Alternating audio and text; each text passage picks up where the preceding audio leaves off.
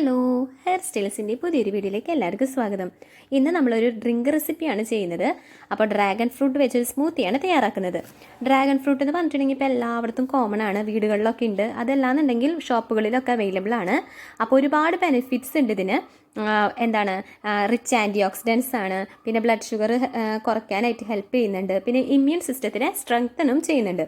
അപ്പോൾ അങ്ങനെ ഒരുപാട് ബെനിഫിറ്റ്സുകളുണ്ട്. അപ്പോൾ ഒട്ടും വൈകാതെ നമുക്ക് വീഡിയോയിലേക്ക് കിടക്കാം. ഇപ്പോൾ ഇവിടെ ഞാൻ ഒരു ഡ്രാഗൺ ഫ്രൂട്ടാണ് എടുത്തിട്ടുള്ളത്. അപ്പോൾ ഇതിൻ്റെ രണ്ട് സൈഡുകളും കട്ട് ചെയ്തെടുക്കുകയാണ്. ഇനി ഇത് ചെറിയ കഷ്ണങ്ങളാക്കി നുറുക്കിയെടുക്കണം. അപ്പോൾ അതിനുവേണ്ടി ഞാനൊരു നടു കട്ട് ചെയ്തിട്ട് ഇതിൻ്റെ സ്കിന്നൊന്ന് റിമൂവ് ചെയ്യാണ്. അപ്പോൾ വളരെ ഈസിയാണ് കേട്ടോ ഇത് ചെയ്യാനായിട്ട്. നമുക്കിങ്ങനെ അടർത്തിയെടുക്കാനായിട്ട് പറ്റും. എന്നിട്ട് ഇതിൻ്റെ പൾപ്പ് നമുക്ക് മാറ്റി വയ്ക്കാം.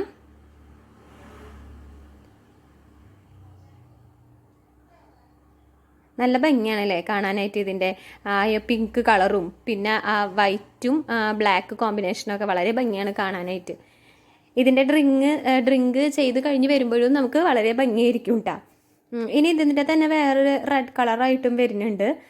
അപ്പോൾ ഇത് വൈറ്റ് കളറാണ് എനിക്ക് കിട്ടിയിട്ടുള്ളത്. അപ്പോൾ ഞാൻ ചെറിയ കഷ്ണങ്ങളാക്കി മുറിച്ച് വെച്ചിട്ടുണ്ട്. ഇനി നമുക്ക് വേണ്ടത് ഒരു റോബസ്റ്റാ പഴമാണ്. അപ്പോൾ ഈ റോബസ്റ്റാ പഴവും നമുക്ക് ചെറിയ കഷ്ണങ്ങളാക്കി മുറിച്ചെടുക്കണം. ഇതേപോലെ ചെറിയ കഷ്ണങ്ങളാക്കിയിട്ട് മുറിച്ച് വെക്കാം. ഇനി ഞാനൊരു മിക്സിയുടെ ജാർ എടുത്തിട്ടുണ്ട്. ഇനി ഇതിലേക്ക് നമുക്ക് ഫ്രൂട്ട്സൊക്കെ ഇട്ട് കൊടുക്കാം. ഇനി ഇതിലേക്ക് ഏത് ഫ്രൂട്ട്സ് വേണമെങ്കിലും ആഡ് ചെയ്യാം കേട്ടോ. ആപ്പിളൊക്കെ ഇട്ട് കൊടുക്കണതിനൊന്നും ഒരു കുഴപ്പമൊന്നുമില്ല. അപ്പോൾ നിങ്ങളുടെ ഇഷ്ടത്തിനനുസരിച്ച് ഫ്രൂട്ട്സുകളൊക്കെ സെലക്ട് ചെയ്യാം. ഇനി ആപ്പിളോ അല്ലെങ്കിൽ ഏത് വേണമെങ്കിലും ഇട്ട് കൊടുക്കാം. ഇത് മുഴുവനായിട്ട് ഞാൻ ഇട്ട് കൊടുക്കുകയാണ്.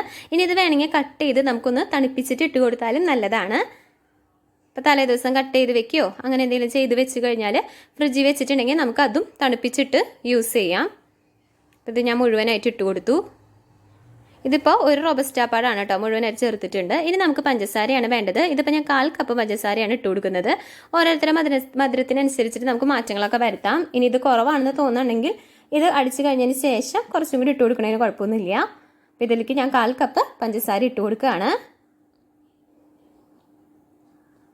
ഇനി നമുക്ക് വേണ്ടത് പാലാണ്. അതും ഞാനൊരു 1/4 കപ്പോളം പാല് ഒഴിച്ചു കൊടുക്കുന്നുണ്ട്.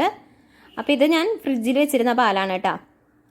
ഇനി ഇതിലേക്ക് ഞാൻ ഐസ് ക്യൂബാണ്, 2 ഐസ് ക്യൂബ് ചേർത്ത് കൊടുക്കുന്നുണ്ട്.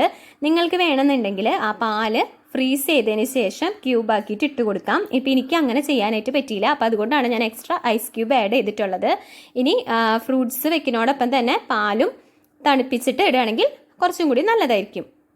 അപ്പോൾ ഇതെല്ലാം കൂടി നമുക്ക് നന്നായിട്ട് ബ്ലെൻഡ് ചെയ്തെടുക്കാം.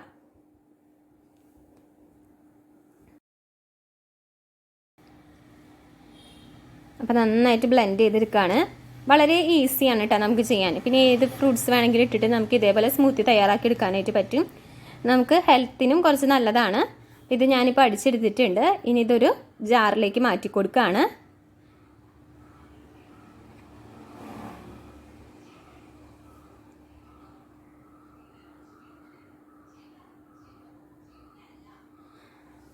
ഇതെനിക്ക് കറക്റ്റ് ഒരു ജാറിലേക്ക് കറക്റ്റായിരുന്നു കേട്ടോ.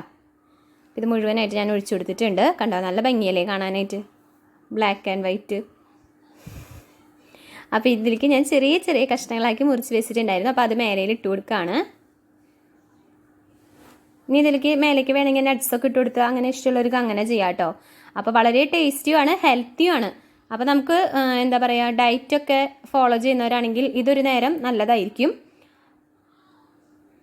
വളരെ എളുപ്പത്തിൽ നമുക്ക് തയ്യാറാക്കി എടുക്കാൻ പറ്റുന്നതുമാണ്. അപ്പോൾ ഇതാണ് നമ്മുടെ ഇന്നത്തെ വീഡിയോ. അപ്പോൾ എല്ലാവർക്കും ഇഷ്ടമായിട്ടുണ്ടെന്ന് വിചാരിക്കുന്നു. വീഡിയോ സ്കിപ്പ് ചെയ്യാതെ കാണാം. കൂടാതെ എൻ്റെ ചാനലും കൂടെ ഒന്ന് സബ്സ്ക്രൈബ് ചെയ്യുക, ലൈക്ക് ചെയ്യുക, ഷെയർ ചെയ്യുക. അപ്പോൾ പുതിയൊരു വീഡിയോ ആയിട്ട് വരുന്നത് വരെ ബൈ, ടേക്ക് കെയർ.